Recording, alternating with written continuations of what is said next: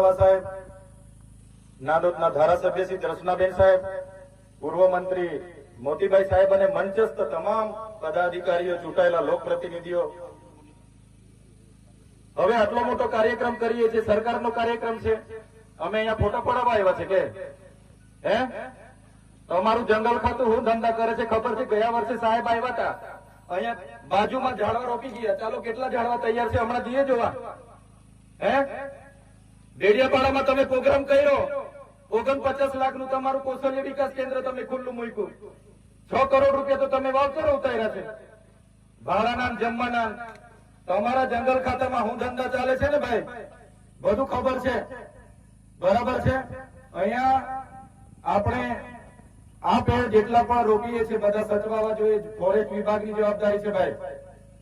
One સમિતિને સાથે રાખીને ગયા વર્ષે તમે મુકેશ પટેલ સાહેબને બોલાવી લાવ્યા, સાહેબે ઉદઘાટન કર્યું. આજે જોવા જઈએ આપણે કેટલા ઝાડવા તૈયાર છે, ત્યાં કેટલા ઝાડવા તમે સાચવ્યા છે. આ શિડ્યુલ એરિયા છે, અભયારણ્ય છે, અનુસૂચિ 5 લાગે છે. તમે હમણાં પ્રોજેક્ટ લઈને આવ્યા છો તેની વાત તો કરતા નથી.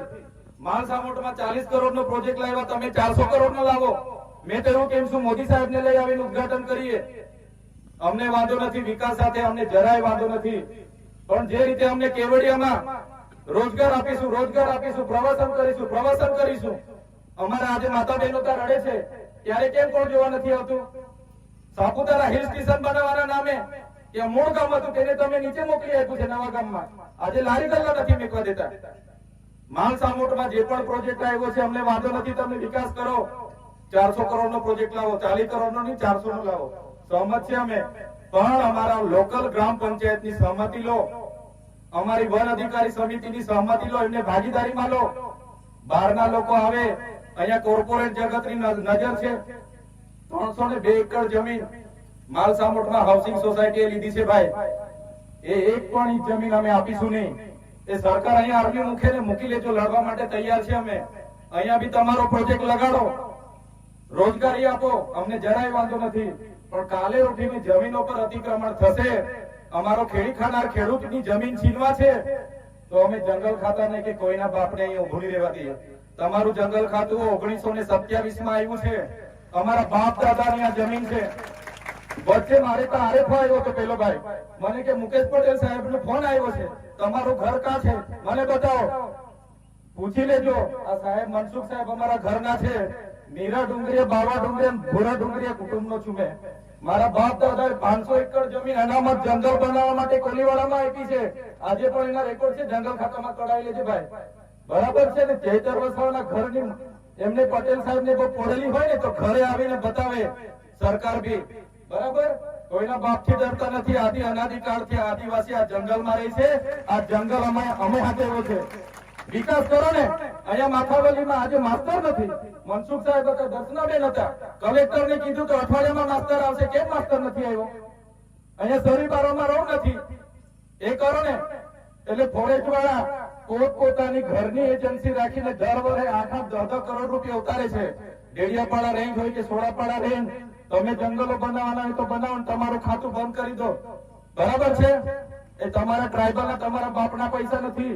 આ ડીસીએફ સાહેબ તમારી રૂબરૂમાં કેમ છું, કૌશલ્યવર્ધક કેન્દ્ર તમે ડેડિયાપાડા બનાવ્યું, 49 લાખમાં બનાવ્યું, એને ખુલ્લું મૂકવાનું તમે 6 કરોડ રૂપિયા ઉતારી લીધા. કેમ ભાઈ? આ તમારી સિસ્ટમ છે. એટલે પ્રોટોકોલ સાચવજો. તમારા મગજમાં કોઈ ધુમાડો હોય ને ભાઈ કાઢી નાખજો, બરાબર છે. એક ઝાડ અહીંયા ઉભું થવું જોઈએ. વિકાસ થાય, ડેવલપિંગ કરો, ટુરિઝમ આવશે, ટુરિસ્ટો આવશે, 2 પૈસા વાપરશે, અમારા લોકોને રોજગારી મળશે, અમે સહમત છે. પણ કાલે ઉઠીને જમીનો લેવાની કોઈ વાત કરશો ને તો પછી અમે છે ને તમે છે, આ તમને કીધું, બરાબર છે. એટલે આવી રીતના બીજી વાર ભૂલ નહીં કરતા ભાઈ. મેનેજમેન્ટ કહી દીધું તમને. ધન્યવાદ. કે આ વિસ્તારમાંથી લાકડા તસ્કરી થાય છે મોટા પાયે, જેમાં લાકડા તસ્કરી થાય છે પરંતુ લાકડા પકડાઈ જાય છે પણ તે આરોપી પકડાના થતી, વાહન માલિકો પકડાના થતી. તમારે શું કેવું છે આ મુદ્દે? આદિવાસી સમાજ અહીંયા આદિ અનાદિકાળથી રહી છે. અમારા બાપ દાદાઓ અહીંયા ગુજરીને જતા રહ્યા. આજે જંગલ આખું સાચવેલું છે, આદિવાસીઓ સાચવેલું છે. અને જે પણ લાકડાની જે તમે તસ્કરીની વાત કરો છો, તો જ્યારે પણ આવી અમારા ધ્યાને કોઈ બાબતો આવે છે તો ચોક્કસ અમે જે તે વિભાગના આરએફઓને સૂચના આપીએ છીએ. અને આવનાર દિવસોમાં પણ જંગલ સચવાય, અહીંયા ડેવલપ થાય, છતાં પણ પર્યાવરણ સચવાય, એની સંસ્કૃતિ સચવાય, લોકોની રોજગારી મળે, એવા અમારા આવનાર દિવસોમાં પણ પ્રયાસ રહેશે. બીજો સવાલ અમારો હતો કે તિલકવાડા વિસ્તારમાં અને નર્મદા પંથકમાં દીપડાઓ, જે લોકભક્ષી દીપડાઓ છે, એમનો ત્રાસ વધી રહેલો છે, લોકો ડરી રહ્યા છે. તેમ છતાં 2 મહિલા મરી ગઈ છે અને લોકો અને હિંસાના શિકાર પણ બન્યા છે. ત્યારે જંગલ ખાતું પરિપક્વ નથી, આ મુદ્દે દીપડાઓ નહીં પકડી શક્યું. તમારે શું કહેવું છે? આ વિસ્તારમાં બી ખૂબ મોટો પ્રોજેક્ટ આવે છે. આવનાર દિવસોમાં વન્ય પ્રાણીઓ પણ અહીંયા લાવવાની વાત કરી છે મંત્રીશ્રીએ.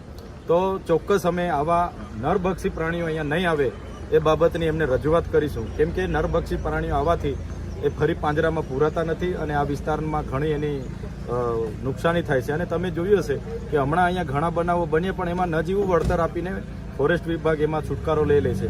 5 લાખ મરનારને વળતર મળે છે અને નુકસાન થનારને જેને ઈજા થાય છે માત્ર 30,000 વળતર મળે છે. તો એમાં પણ જે પણ મૃત્યુ પામે એને સન્માન થાય એટલું વળતર આપવું જોઈએ અને એની અંતિમ સંસ્કાર સુધી વન વિભાગની ફરજ બને ત્યાં સુધી એમણે રહેવું જોઈએ. અને રાજકીય ચર્ચા એવી પણ ચાલી છે કે વન વિભાગના જે પણ કામો થાય છે માત્ર કાગળ પર થાય છે અને વાસ્તવિકતામાં તે કામો થતા નહીં, થાય છે તો ખૂબ હલકી ગુણવત્તાના થાય છે. એ મુદ્દે તમારે શું કહેવું છે અને વન મંત્રીના શું વિચારો હશે? હવે જે તે વિસ્તારમાં વન તલાવડી હોય, ચેકડેમ હોય, ફેન્સિંગ વાડ હોય, પ્લાન્ટેશન હોય કે વન્ય પ્રાણીઓને લગતું જે પણ કામો થતા હોય છે, બજેટો આવતા હોય છે, તો અવારનવાર અમે અમારાથી જેટલું બને એમાં પ્રયાસો કરીએ છીએ. પણ તમે કીધું એમ આજે પણ ઘણી રજૂઆતો અમારી સમક્ષ આવી છે અને એ બાબતે મંત્રીશ્રીની ઉપસ્થિતિમાં અમે ધ્યાન દોર્યું છે. ગયા વર્ષે આવી જ રીતના અહીંયા વન મહોત્સવનો કાર્યક્રમ આ મુકેશભાઈ પટેલ સાહેબના હસ્તે જ થયો. આજે ત્યાં એક પણ ઝાડ નથી, એ આપણા માટે દુઃખની વાત છે. બીજી વાત કરીએ, શાળાના બાળકો પણ આ કાર્યક્રમમાં જોડાયા હતા મોટી સંખ્યામાં. એમને કોમર્શિયલ વ્હીકલમાં, પિકઅપ ગાડીમાં લાવવામાં આવે એ કેટલું યોગ્ય છે? અને શાળાના બાળકો 3 કલાક આ કાર્યક્રમમાં જોડાયા હતા. તમારે શું કહેવું છે? અને ગઈકાલે એક્ઝામ છે, અર્થશાસ્ત્રનું પેપર છે વિદ્યાર્થીઓનું. હવે વહીવટી તંત્રને મારે પૂછવું પડશે કોણ લઈ આવ્યું હતું, શું લાવ્યું હતું. અને જે આવ્યા હતા એમને કદાચ વૃક્ષો પ્રત્યેનો પ્રેમ એમનો જાગે અને આવનારા દિવસોમાં જંગલની માવજત થાય એની જાગૃતિ આવે હેતુથી લાવ્યા હશે. પણ તેમ છતાં અમે જાણી લઈશું. ધન્યવાદ.